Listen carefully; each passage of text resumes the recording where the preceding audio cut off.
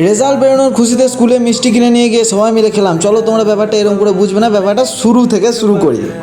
তো গাইস, কালকে আমাদের এইচএসে সবার রেজাল্ট ছিল। তো সকাল থেকে ভাই এত টেনশন হচ্ছে, এমন করে বুক ধরপড় ধরপড় করছে, সামনে ভূত দেখে নিলে ওরকম টেনশন হয় না, ঠিক আছে। তো সকালবেলায় রেজাল্টটা খুব ভালোই হয়েছে ঠাকুরের কৃপায়। তারপর 12টা সাড়ে 12টার সময় করে স্কুলে গেলাম, সবাই এসছে, সবার সঙ্গে আবার দেখা হলো। সে মোটামুটি পরীক্ষা দিয়েছি, তারপর থেকে একবারও দেখা হয় না। যে সবাই বললো যে মিষ্টি খাওয়াতেই হবে, সেই জন্য আর কিছু করার নাই ভাই, জোর করে এলাম গাড়ি নিয়ে। আবার স্কুল থেকে বাজারে 3জন মিলে মিষ্টি কিনে নিয়ে গেলাম, দিয়ে সবাই মিলে খেলাম আর কি।